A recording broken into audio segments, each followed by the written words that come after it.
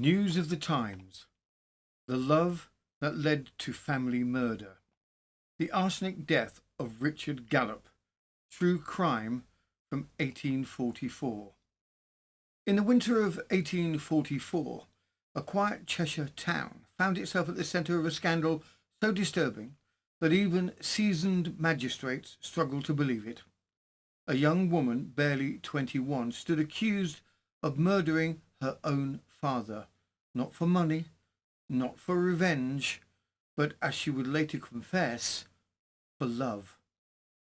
Mary Gallop had fallen for a young man from Liverpool, a match her father flatly forbade. What began as a household dispute soon twisted into something far darker.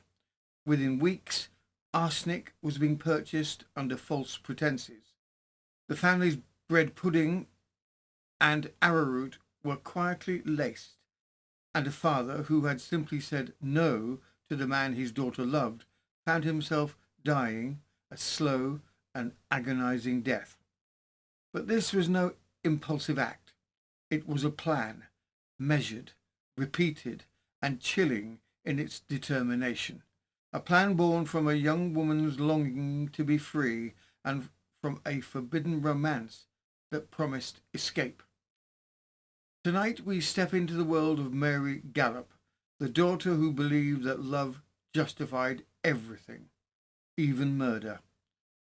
And in tonight's end of episode further particulars, we bring you a tale in which two hardened burglars chose entirely the wrong farmhouse. There they encountered Elizabeth Story, a servant girl who meets danger not with fear, but with a broom, a poker, and a level of determination that should have had them running back to Durham. It is, quite frankly, Victorian heroism at its finest. So, settle yourself comfortably, tea optional, as we step back into the early Victorian world, a place of strict households, forbidden romances, and choices with tragic consequences. Life for a Victorian woman in early Victorian Britain. A young woman's future was rarely her own to decide. Courtship was not a matter of affection so much as approval. Parental permission was expected. Family reputation weighed heavily, and a daughter's choice of partner could determine not only her prospects, but her entire social standing.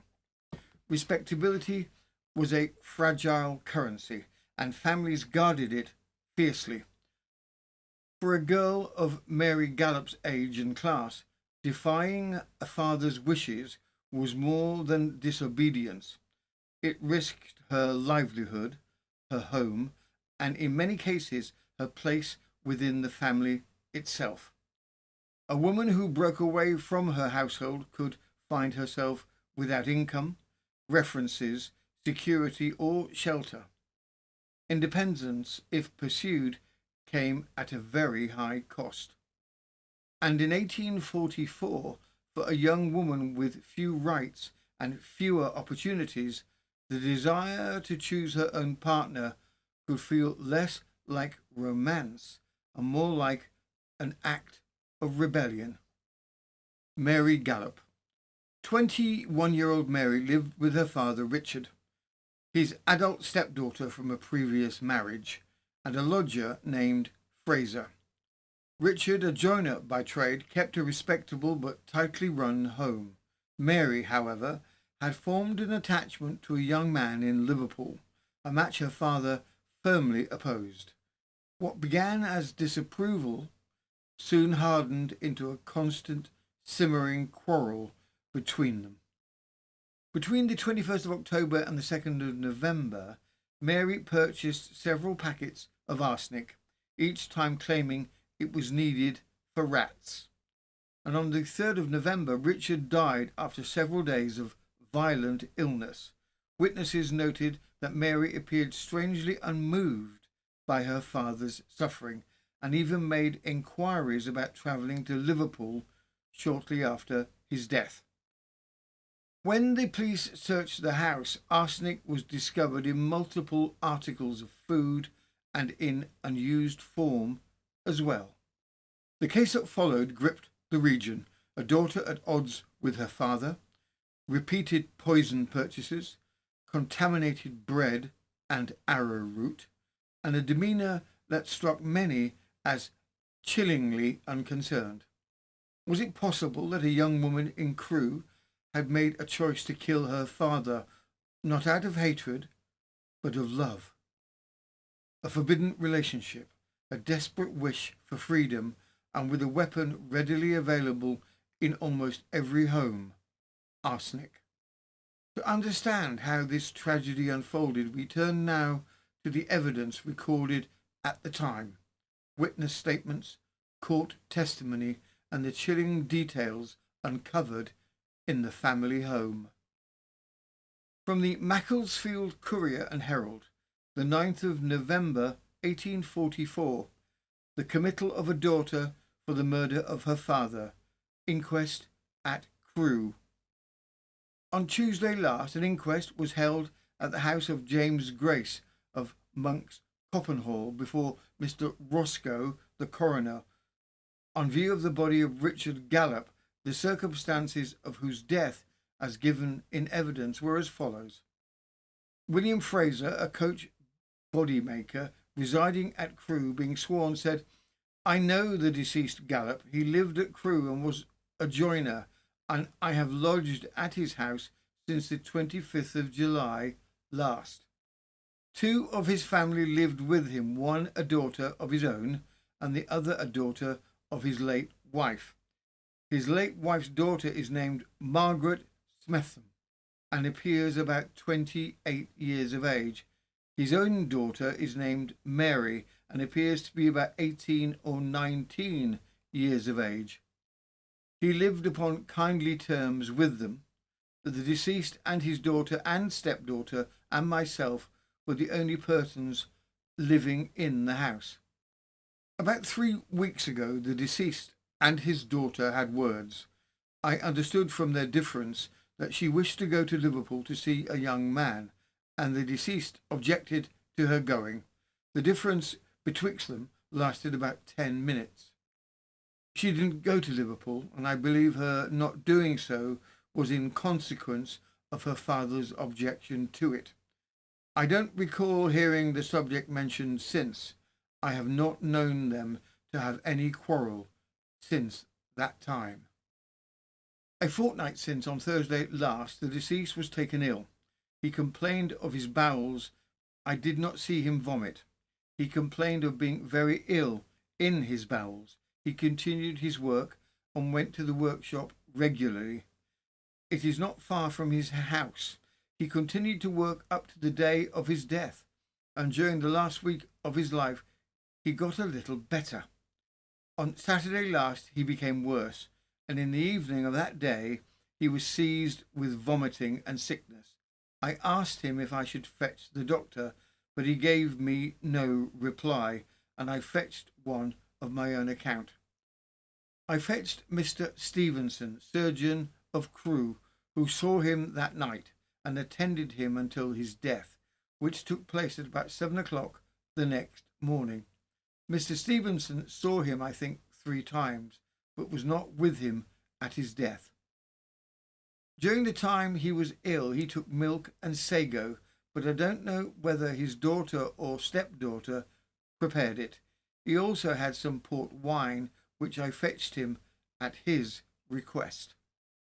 On Saturday last, some arrowroot was prepared for him, and I think he had some once before, but I don't remember the day. I believe his daughter Mary prepared the arrowroot on Saturday because his stepdaughter was sick in bed. I didn't see him take the arrowroot, but his daughter Mary told me he had had some, and I saw some left in a basin. I tasted the arrowroot in the basin. It was nearly cold, but it left a burning taste on my tongue and was slightly sweet. I cannot say that the sweetness was not such as might be produced by sugar. His daughter Mary saw me taste it, and about 5 minutes afterwards I went for the doctor. I returned with him, and in about a quarter of an hour, and saw the basin was not where I had left it. I had mentioned to the doctor about the arrowroot, for I thought it contained cayenne pepper. I asked the deceased daughter for the arrowroot, and she said she had thrown it away. I saw the basin, and it appeared to have been washed. I'm not sure whether or not it had been wiped. I remained with the deceased as long as he lived. He had fits of vomiting at intervals during the night, and up to the time of his death. He complained very much of thirst, and I took tea to drink. He did not complain of any burning pain of his throat or chest. He appeared to be in great pain. He vomited into a mug, and there being some vomit also on the floor, I directed his daughter to clean it, and she did. His daughter did not appear to be much distressed, and did not pay much attention to him. She went to bed, and I attended to him. She got up at about an hour before he died. The stepdaughter of the deceased had got up before then, and she and I called the deceased's daughter. She did not then see her father, but afterwards I called her from the kitchen to bring a cup of tea, and she did so. She and her father did not exchange words or speak to one another at the time.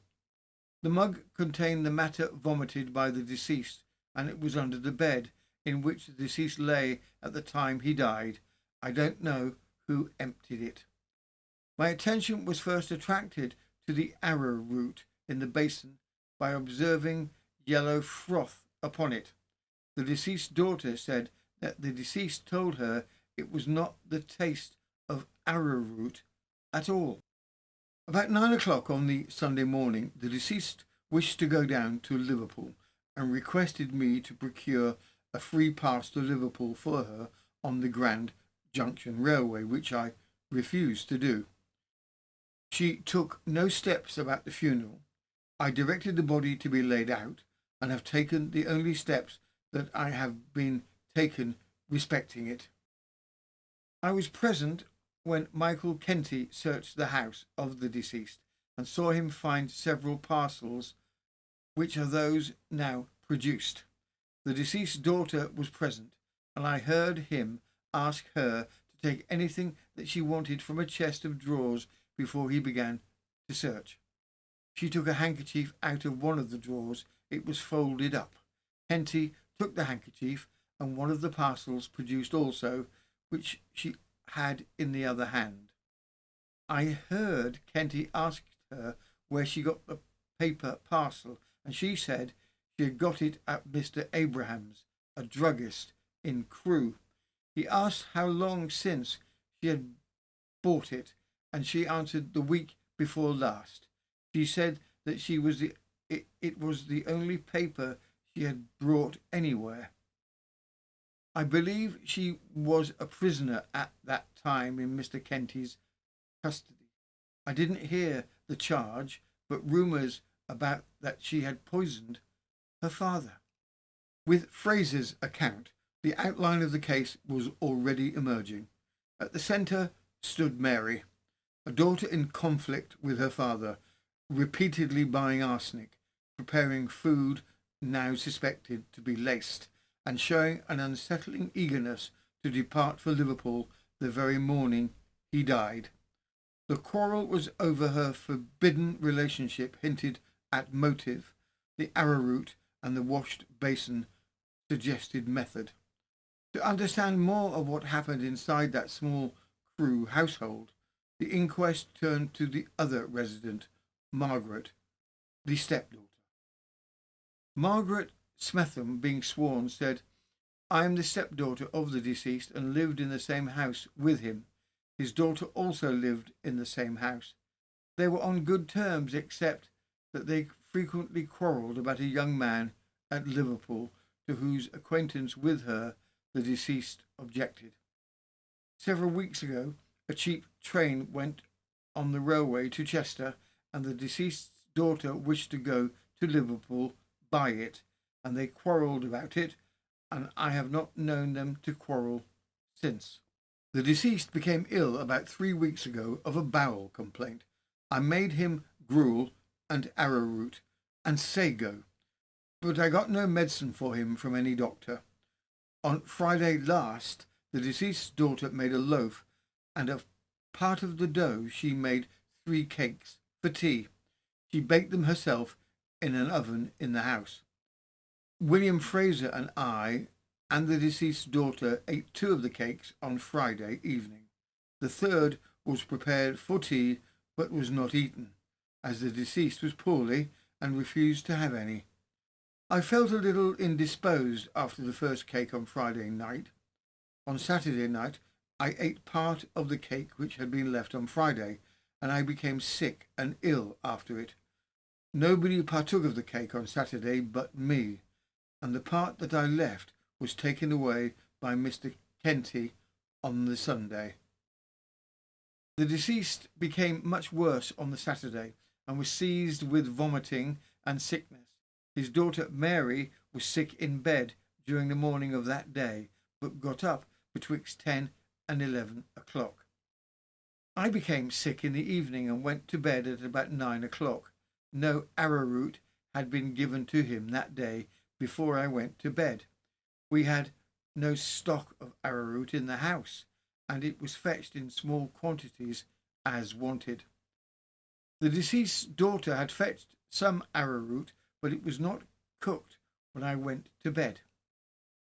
I got up at 5 o'clock on the Sunday morning. The deceased was very ill at that time, but did not vomit after I got up. I did not see the mug in which the deceased had vomited after his death. When I was about to take the cake on Saturday night, Mary Gallop asked me not to take it. She said, "If I were you, I would not take it, for I do not think it is good."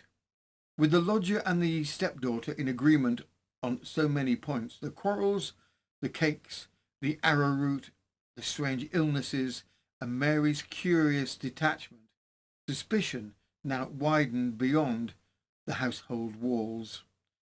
If poison had indeed been introduced into the food, someone must have obtained it. The next witness, the local chemist, would reveal a remarkable sequence: arsenic purchased, then purchased again, and then once more, in a pattern impossible to dismiss as innocent. Edward George Thomas, the chemist and druggist of Crewe, being sworn, said, "I know Mary Gallop. She has been a customer at my shop for some time for groceries. And about 6 weeks or 2 months ago, she came to my shop and bought a small piece of paper, 1 penny's worth of arsenic for destroying rats, and it was written upon the paper and nothing else. I inquired particularly what she wanted it for, and she said for destroying rats. She said they had gotten into the kitchen. No person came to the shop with her. I supplied her with a penny's worth of arsenic. I labelled it arsenic, poison, with care. I had mislaid the paper she brought with her. She came to my shop at about a fortnight ago for another penny's worth of arsenic. I asked her if the rats were not destroyed, and she said no. I supplied her on that occasion with another penny's worth of arsenic, labelling it as before. She came to my shop again on Saturday last at about 2:15 in the afternoon and asked for 2 pennies worth of arsenic. I again asked her about the rats, and she said there was more in the kitchen which she wished to destroy. I furnished her with 2 more pennies worth of arsenic, on the last occasion labelled as before. I told her that after mixing what she intended, she must throw the remainder away for fear of danger. William Abraham, assistant to his father Charles John Abraham, the chemist and druggist, Crewe, being sworn, said, "Mary Gallop had occasionally come to my father's shop. I never sold her any arrowroot or any nux vomica. At the beginning of last week or the week before, Mary Gallop came to the shop and asked for a penny's worth of nux vomica. She said she wanted to destroy mice. I did not like to sell poison to her, and I made her up a little linseed meal, which she took away with her, believing it to be nux vomica. She has not been at the shop since. By this stage, the inquest had heard of arsenic bought again, and of an attempt to contain nux vomica under false pretences. The question now became what had happened inside the house after Richard's death. When the constable, Michael Kenty, took the stand, he described a search that revealed not only poison stashed in drawers, but signs that Mary had tried to conceal it from him. Michael Kenty, Assistant Petty Constable at Crewe, being sworn, said, I was informed of the death of Richard Gallup on Tuesday morning last, and the suspicions were entertained that he was poisoned. I went to the house of the deceased. I proceeded to search the house, and Mary Gallop was there. I told her that I came in consequence of the death of her father. Amongst other places, I searched a chest of drawers. Mary Gallop was standing near the drawers, and I told her if she wanted anything out of them, she had better take it. This was in the parlour. She opened one of the drawers and took out a handkerchief. She was walking away, and I called her back, and I took the handkerchief from her. I afterwards saw her hand closed and opened it and took it from it. The paper now produced marked nux vomica. After that I searched the drawers, and in one of them I found the paper produced containing arrowroot. I got Mr. Stevenson to analyse the arrowroot, which he did in my presence. I asked her questions to which she gave answers. I took her into custody, and she has been in custody ever since. The drawers had been entirely emptied in the first instance without my finding the arrowroot. The clothing was put back into the drawers, and I saw Mary Gallop go to the drawers and put something under the clothes. I went there and found the paper of arrowroot. George Stevenson, surgeon from Crewe, being sworn, said, on Saturday night last, between 9 and 10 o'clock, I was called in to see the deceased. I thought him dying. Soon after I got to him, he vomited and was very sick. I treated him for cholera and ordered him to bed. Hot water and hot salt were applied to his feet. I also gave him a draught. I saw him again at 10:30, and at 1:30 in the morning I found him in much the same state, and when I left him I considered him hopeless. I tested some arrowroot furnished to me by Michael Kenty. I tested it in his presence. The test was by reduction. I used 6 grains of the arrowroot and produced the metallic arsenic from it. It still remains in the tube. I've also analysed some flour. I used the copper test and found arsenic in larger proportion than in the arrowroot. The flour, I have been informed, was found in the house of the deceased. The surgeon who conducted the post-mortem reported extensive inflammation throughout the stomach and upper intestines, with distinct patches of ulceration. About a pint of fluid was found and kept for analysis. He told the inquest that the internal damage was exactly what would be expected from a corrosive poison. As he put it, the appearances were such as would be occasioned by a highly corrosive or irritant substance, such as arsenic. All other organs were healthy, and he confirmed that the findings could not have been caused by nux vomica. The jury returned a verdict of wilful murder against Mary Gallop. She was committed on the coroner's warrant to take her trial on the charge at the ensuing assizes at Chester.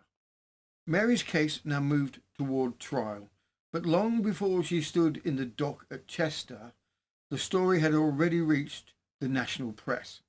In Victorian Britain, the idea of a daughter murdering her father, the very person expected to guard her future, was nothing short of shocking.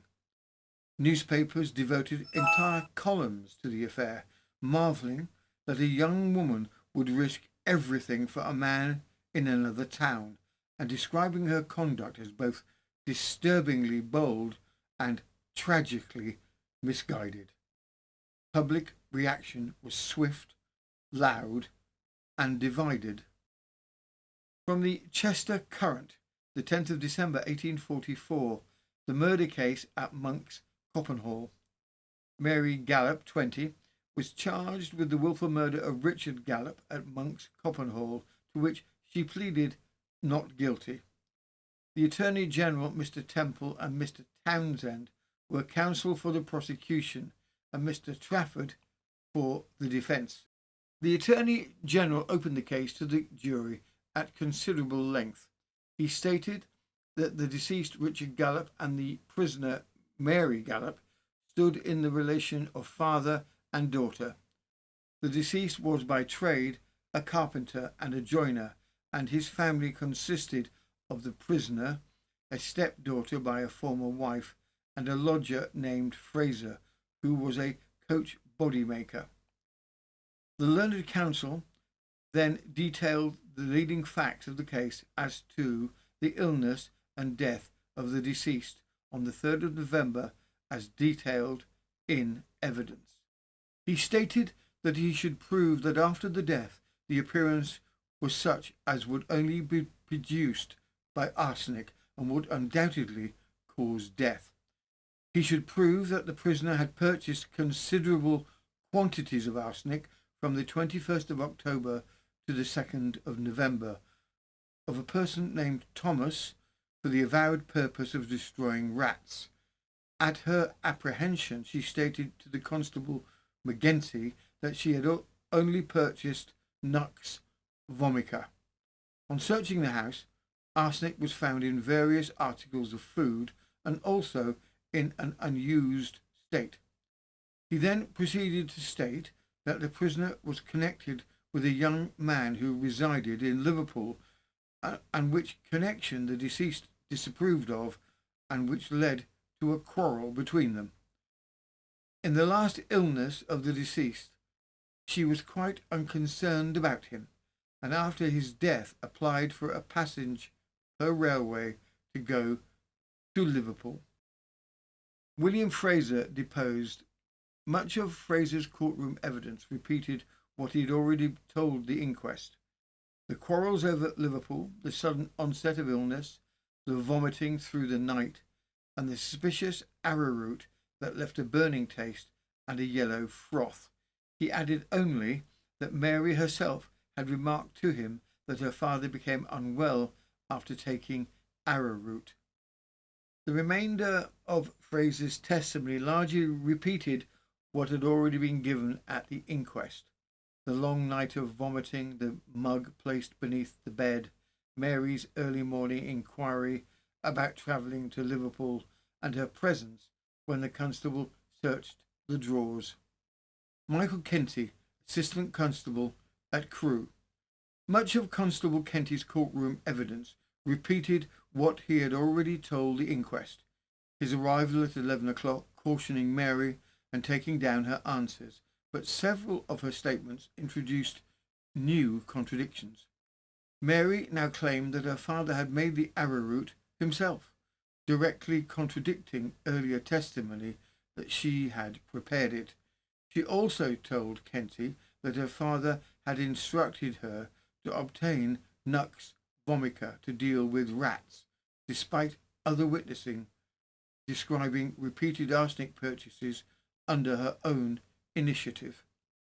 She further attempted to justify the poisons by insisting that rats and mice were about the house and that her sister had also known of them.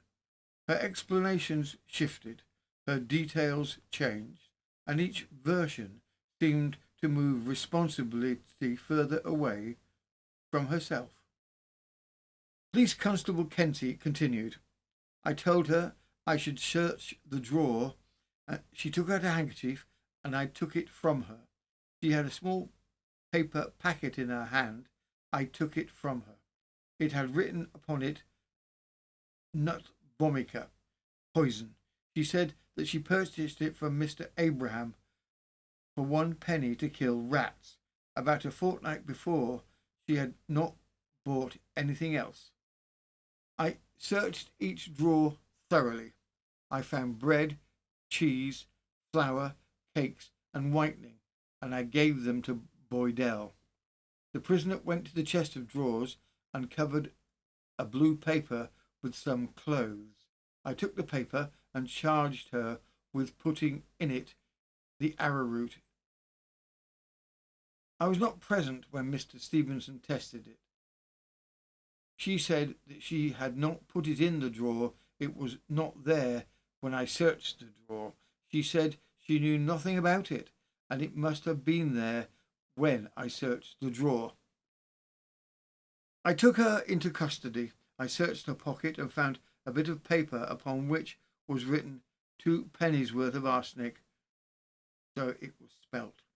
200 grains of arrowroot have been taken since to be analysed at Liverpool, and the remainder have been in my possession since. Margaret Smetham deposed. I am the stepdaughter to the deceased, and I lived with him at the time of his death. We had lived at Liverpool, and the prisoner lived there also. The deceased and the prisoner had frequent words about a young man, as he did not approve of the connection. About 3 weeks before his death, my father refused to let my sister go to Liverpool, as he said she wanted to go see the young man. Soon after, they had some words about her baking some potatoes hard. He threatened to get the strap to beat her. The prisoner told the witness she would leave her father and go to service, as she had no comfort at home after her mother's death. He treated her harshly on account of this young man. The deceased complained of the bowel complaint 3 weeks before he died. Much of Margaret Smetham's further evidence repeated what she had already told the inquest: the cakes made on Friday, the illness that followed, and the arrowroot prepared on Saturday. She added only 2 small details: that Mary specifically warned her not to eat the cake on Saturday night, and that it was Mary who kept and procured the flour stored upstairs, from which the cakes had been made. These points quietly reinforced both access and foreknowledge.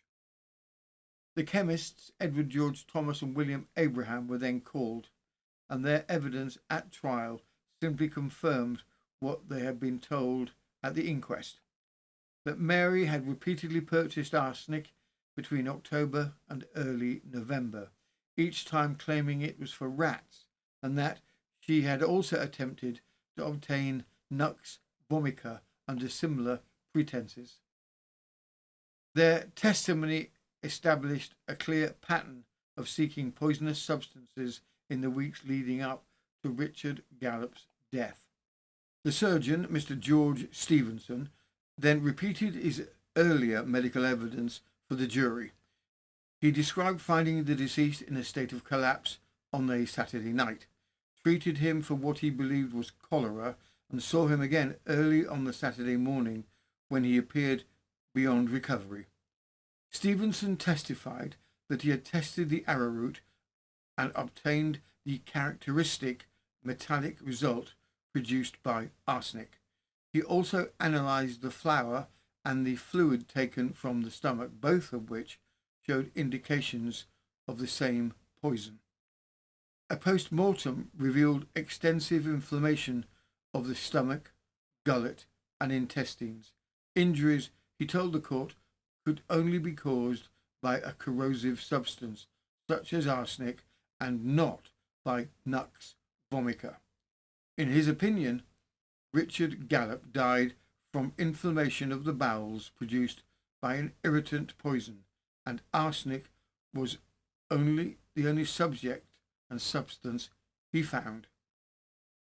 The forensic chemist, Mr. David Wold of Liverpool Apothecaries Hall gave evidence of his independent analysis. He confirmed that both the stomach and its contents contained arsenic, with more of the poison present in the stomach lining itself. Wold also examined the arrowroot seized from the house and found it to be heavily adulterated. In fact, almost half arsenic by weight. He went on to analyse the bread, cake, toasted bread and flour taken from the home, discovering arsenic in every sample, with the cake showing the largest concentration. His findings supported the conclusion that arsenic had been administered repeatedly and in significant quantities. That was the case for the prosecution. With the last of the prosecution witnesses heard, the defence found itself in difficult territory. Arsenic was traced through nearly every corner of the household. Mary had purchased it repeatedly, and her conduct during the search had raised more questions than it answered. Motive, means, and a troubled patterning of concealment had all been laid before the jury. It was now left to her counsel to attempt somehow to push back against a case that had grown heavier with each witness. Mary's counsel, Mr. Trafford, then addressed the jury. He argued that the case was entirely circumstantial and that they should hesitate before drawing a firm conclusion of murder. It was possible, he suggested, that Richard Gallup had taken arsenic himself, whether in error or while attempting to treat his long-standing bowel complaint, since he was known to mix and administer medicines on his own. Trafford reminded the jury that everyone in the household had been made ill by the cake on the Friday evening, making it difficult to claim that Mary had deliberately poisoned food she ate herself. He argued further that the deceased had prepared his own arrowroot on the Saturday and that this weakened the charge of administering poison. He also pointed to the very small quantity of arsenic found in the stomach, suggesting this was more consistent with repeated self-dosings than with a single substantial administered by another. Finally, he urged the jury to consider the prisoner's troubled family history and the emotional strain she had lived under, and to give her the benefit of any doubt in a case full of uncertainties. The learned Baron summed up with great minuteness and went through the evidence step by step. The case was undoubtedly circumstantial, and so were 99 out of every 100 cases, particularly of murder by poison. The first question was, of what did Mr. Gallup die? If he died by poison, by whose hand and with what intent was it administered? He gave a lucid narration of the facts from the time of the death of the mother up to the time of the death of the father. There had been a quarrel about a young man, and he made the remark that there were instances where females would go to great lengths to gratify their passions in such cases. The prisoner had purchased poison at various times for the professed purpose of killing rats. On the day preceding the deceased, she bought a double quantity of the poison, and she had been sent for some arrowroot, which she had bought in a pure state. She had a few days before bought a small quantity of the poison also, and had made bread and cakes, all of which all except the father had partaken, and which had made them all ill. The cakes and the arrowroot all contained poison, and it was the poison the deceased had taken which had killed him. The case was now in their hands. The jury deliberated in the box for a considerable time, and then returned a verdict of guilty, but recommended her to mercy. The prisoner was unmoved during the whole of the trial and heard the verdict and sentence with much unconcern. Although the verdict was clear and the sentence mandatory, the story did not settle quietly. The jury had asked for mercy, unusual in a parricide case, moved, it seems, by the picture of a young woman torn from the man she wished to marry. Across the district, a petition was drawn up urging the Home Office to spare her life. Clergymen added their voices, and the Bishop of Chester went so far as to suggest that Mary's crime sprang not from malice towards her father, but from a desperate, misguided passion. From the Chester Chronicle, the 27th of December, 1844, the Crewe Parricide. A petition from Crewe to the Queen has been forwarded to the then Home Secretary, praying that the sentence may not be carried out onto the unhappy culprit, Mary Gallop. It received the signature of the principal inhabitants of Crewe and its vicinity. For all the signatures gathered and the arguments put forward in her favour, the plea for mercy failed. The Home Office refused to commute the sentence, and Mary Gallup, now facing the irreversible outcome of her trial, abandoned her earlier defence.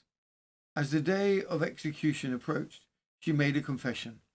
The first time she acknowledged what had taken place within the walls of her father's house. From the Sussex Advertiser, the 31st of December, 1844, the Parricide Mary Gallup confession. This unfortunate young woman, who was recently convicted at Chester of having poisoned her father, has made the following statement to Mr. Penny, the visiting magistrate in the prison, in the presence of the chaplain.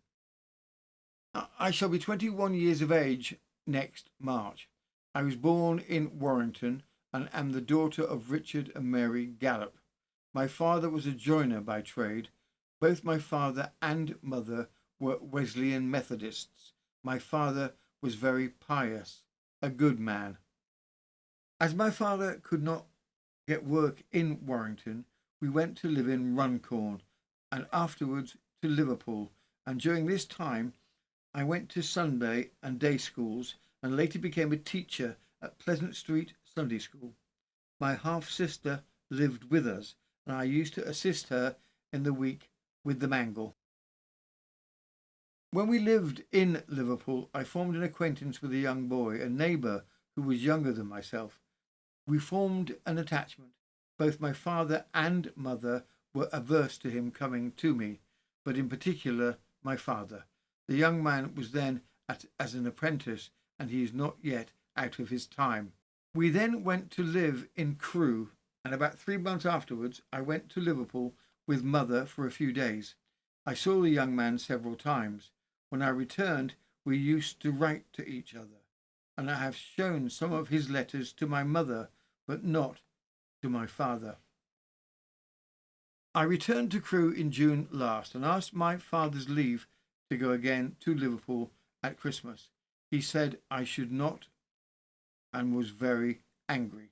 He said he would never give his consent for me to have anything to do with the young man in Liverpool.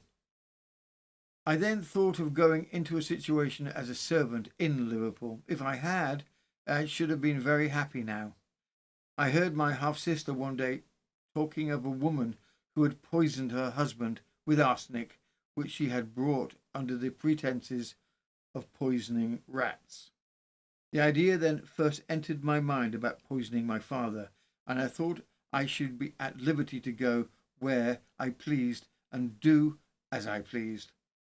If I could have opened my mind to anybody and have received a little good advice, I am sure I should not have committed the crime. I did not think that I should have been detected. I considered his death would be attributed to the bowel complaint with which he had been afflicted for several weeks. I bought a penny's worth of arsenic, and not thinking it would be enough, bought another penny's worth. I made 3 cakes, one for my father, one for my half-sister and self, and one for the lodger.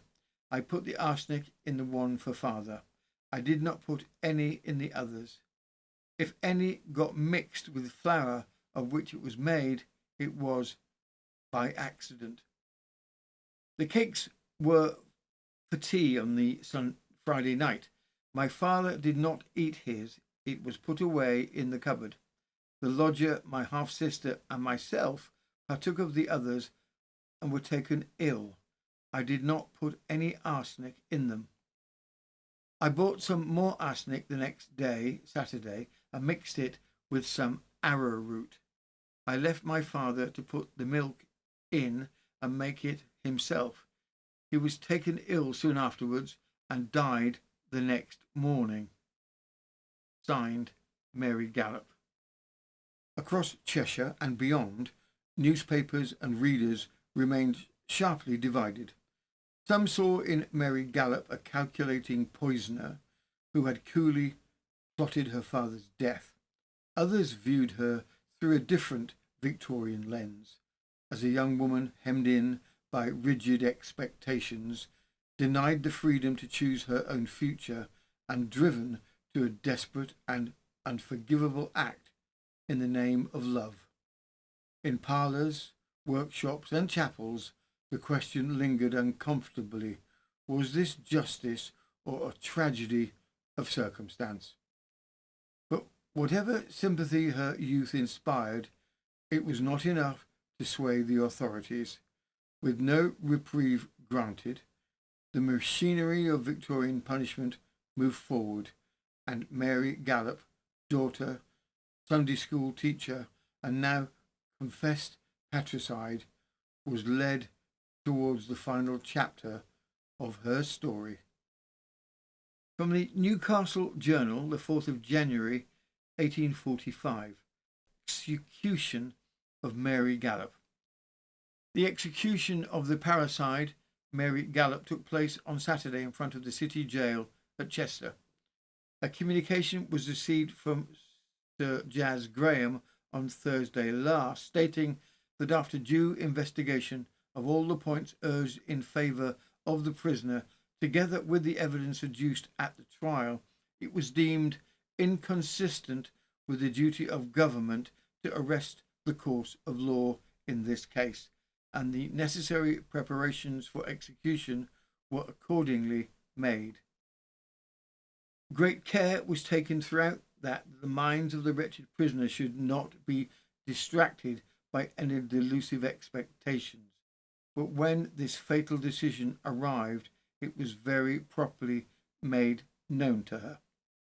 She was soon after reconducted to the apartment she had left, where a short time was again devoted to prayer. But the awful moment was then fast approaching.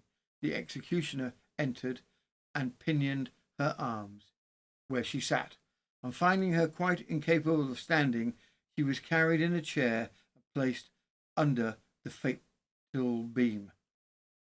The cord was quickly adjusted. Her spiritual teachers uttered their parting words of consolation.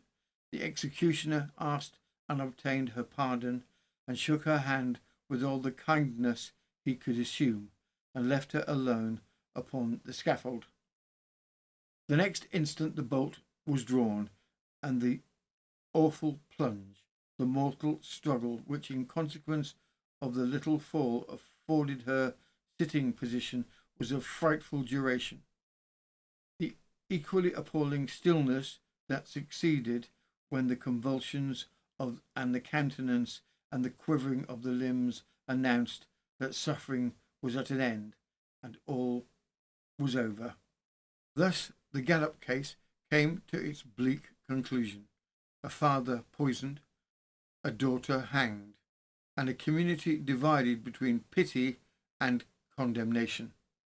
What began as a clash over a forbidden attachment ended as a tragedy that neither justice nor the gallows could truly resolve. Further particulars. And after the grim business of a daughter poisoning her father for love, We now turn to something rather more uplifting, if one can use that word about a midnight burglary, two masked men and an elderly lady brandishing a scythe. Our further particulars this week takes us to Northumberland in 1868, where a servant girl by the name of Elizabeth Story provided that you don't need muscle, weaponry, or even working firearms to defend the household.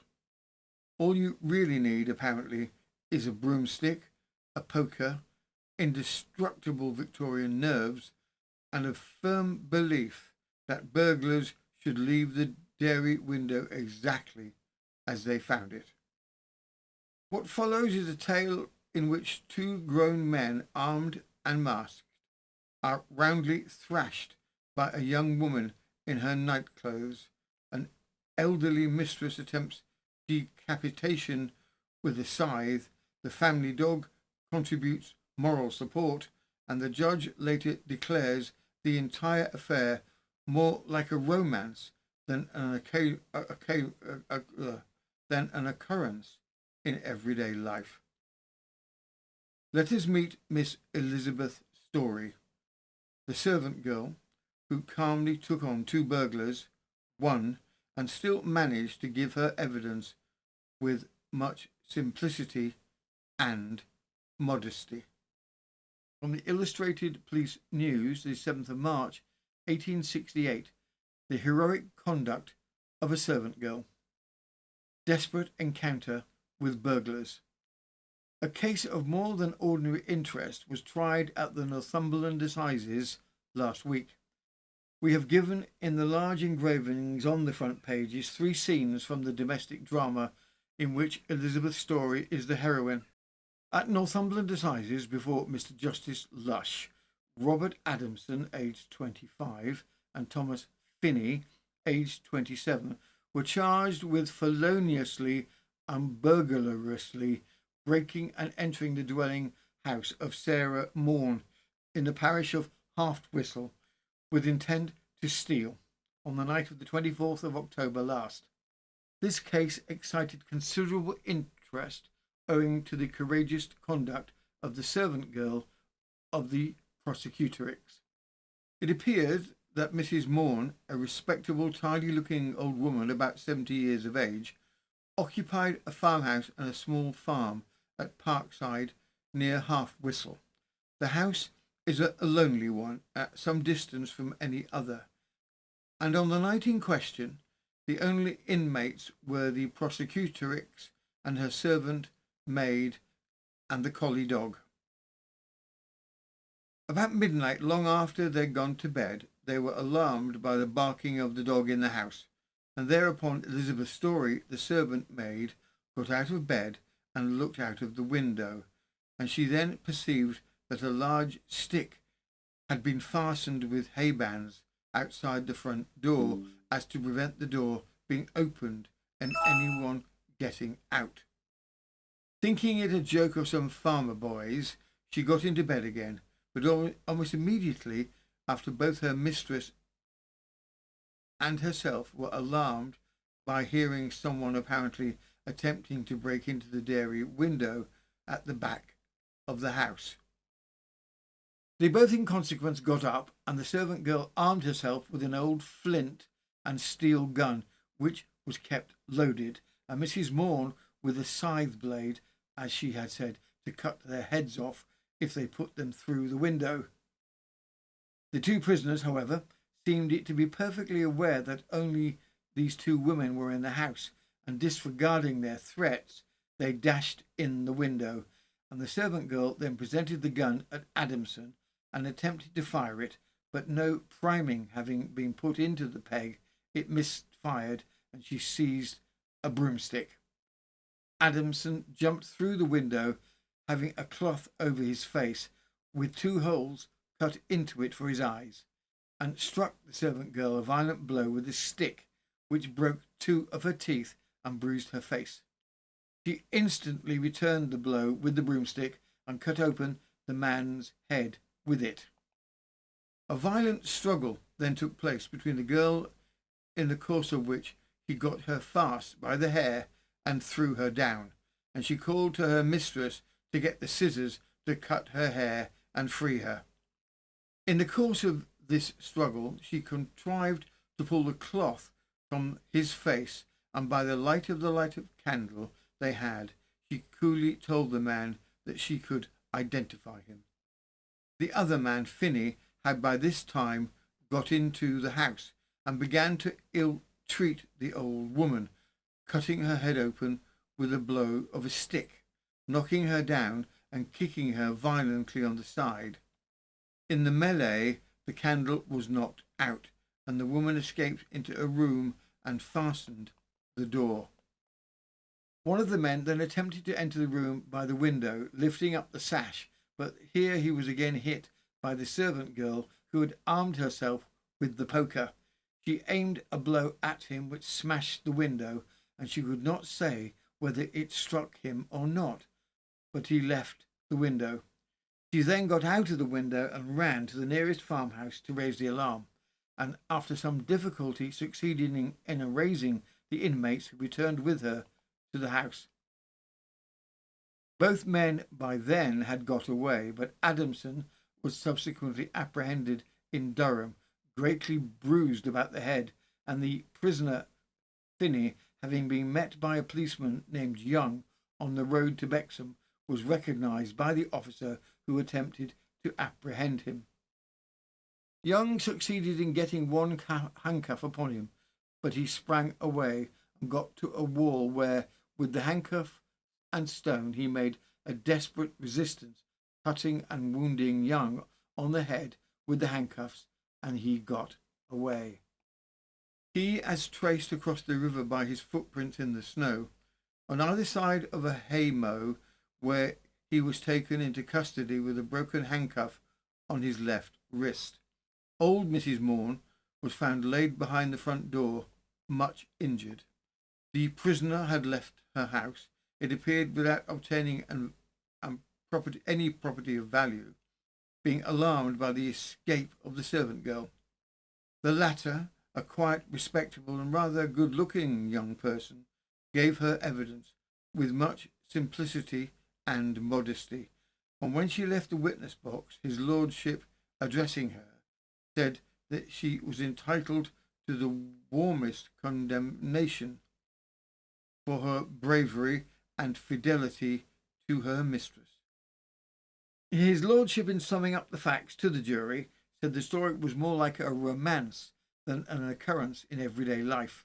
The jury found both the prisoners guilty. At the close of the trial, his lordship called back the girl Elizabeth's story, and upon her entering into the witness box, the court burst out into loud applause. On quiet being restored, his lordship, in addressing her, said, "Elizabeth Story, your conduct deserves something more than mere verbal commendation, and as I find I have the power to give you a reward, I give instructions for £5 to be handed to you for your fidelity and courage." Approximate value today of £733. The two men were again put on their trial for another burglary, to which Adamson pleaded guilty, but the proof failed as to Finney. The prisoner Finney was then found guilty of assaulting the police. He had also pleaded guilty to a previous charge of breaking his prison. The prisoners were conducted to penal servitude for 8 years for the burglary of the house of Mrs. Morn, and a further term of 7 years for other offences to which they had pleaded guilty, or of which they were found guilty. And with that, dear friends, the hour grows late, the candle gutters low, and the velvet-coated ferrets are giving me the pointed look that means it's time to shut down the machinery of research for the night. Even the cat has put herself to bed, which is usually our final warning. If you've enjoyed tonight's journey into the shadows of Victorian justice, may we trouble you, ever so politely, to press any hopeful button that might lift this channel from the Victorian broom closet to which YouTube insists on storing us and release it into the fresh air of electronic discovery. A like, a share, or a gentle nudge to the algorithm is always received with gratitude and a discreet bow. And if you'd like more exclusive episodes every week without adverts, plus full access to an archive of now over 850 episodes deep, you are warmly invited to join us on Patreon. For £5 a month, you'll receive exclusive weekly content, early releases, and the entire historical crime library to explore at your leisure. This has been News of the Times, and I am Robin Coles, accompanied as ever by my loyal crew. Sir Reginald Featherby, keeper of the misplaced spectacles, Dame Hortensia Puddingbane, mistress of unruly stationery, and naturally the Honourable Society for the Prevention of Loud Typing after Midnight. And before we go, a final public announcement. Would the person attempting to fish with ham sandwiches in the office fish tank please desist? The fish are confused, the sandwiches are soggy, and the janitor has threatened to resign. Good night all, and thank you for watching.